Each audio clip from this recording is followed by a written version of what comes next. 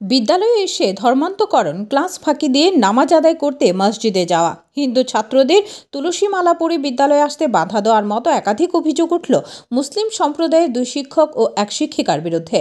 এই ঘটনার দীর্ঘদিনের চাপা ক্ষোভের বহিঃপ্রকাশ ঘটে বৃহস্পতিবার। এদিন সকাল 11টা নাগাদ কদমতলা ব্লকধীন ইচাই টুলগাঁও উচ্চ বুনিয়াদী বিদ্যালয়ে যথারীতি ক্লাস শুরু হওয়ার পর থেকে শুরু হয় ক্ষোভ।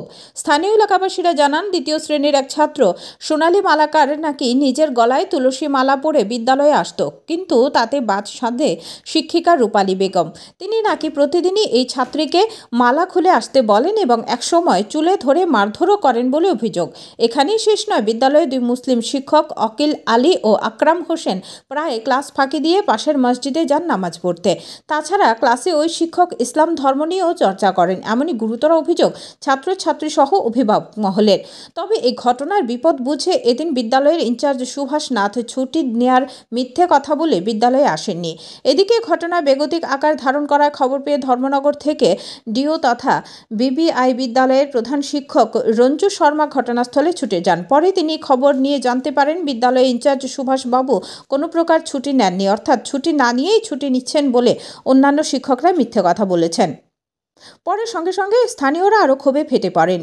এতে সঙ্গে সঙ্গে ভিও রঞ্জুবাবুও বেজায় ক্ষেপে যান। তিনি স্থানীয় এলাকাবাসীদের আশ্বস্ত করেন এবং বলেন সম্পূর্ণ ঘটনার তদারকি করে দোষীদের বিরুদ্ধে আইনানুগ ব্যবস্থা গ্রহণ করবেন।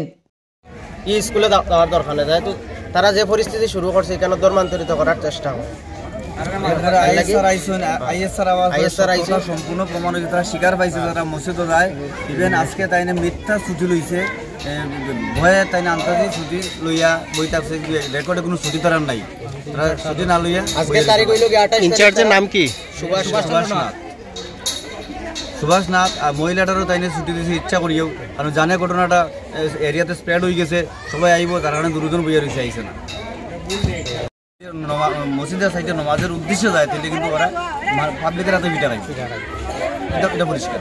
আর সাম্প্রদায়িকটা লাগারই তারাও লাগাইতেছে সাম্প্রদায়িক সিস্টেম। একজন ম্যাডাম হইয়া জেহাদি ভাবে উন্নাটা মুখে বান্ধিয়া এটা স্কুল আছে, মাস্টারনি হিসাবে মাস্টারনির মতো হওয়া উচিত। বুর্গা পরে স্কুল হওয়ার কথা। তারপরে স্কুলও তারা ক্লাসের ভিতরে গজলও পড়ায়। আমরা বয়সে এরকম কিছু দেখছি না যে মুসলমান মাস্টাররা আরও আছে যে স্কুল থেকে গিয়া নমাজ পড়তে লাগে, এটা আমরা ধিক্কার জানাই। একজন মাস্টার হিসেবে ইয়া নমাজও যাইতে লাগে, তাই শুক্রবারে ছুটি লোক না পারি, তাই ছুটি লিয়ে তার ধর্ম তার বাড়ি চলানো করুক, আমরা কোনো যায় আসে কিছু না। কিন্তু স্কুল আইলে স্কুল করতে হইব, এটা আপনারা সোশ্যাল মিডিয়ার মাধ্যমে বার্তা দিন, যাতে এইভাবে প্রত্যেক স্কুলে না ঘটে, আর যাতে যার যার ধর্ম বাড়ি করে করুক, স্কুলে যাতে নমাজ যাতে না পড়ার মানসিকতা তৈরি করে। ব্যুরো রিপোর্ট, হল্লা বল।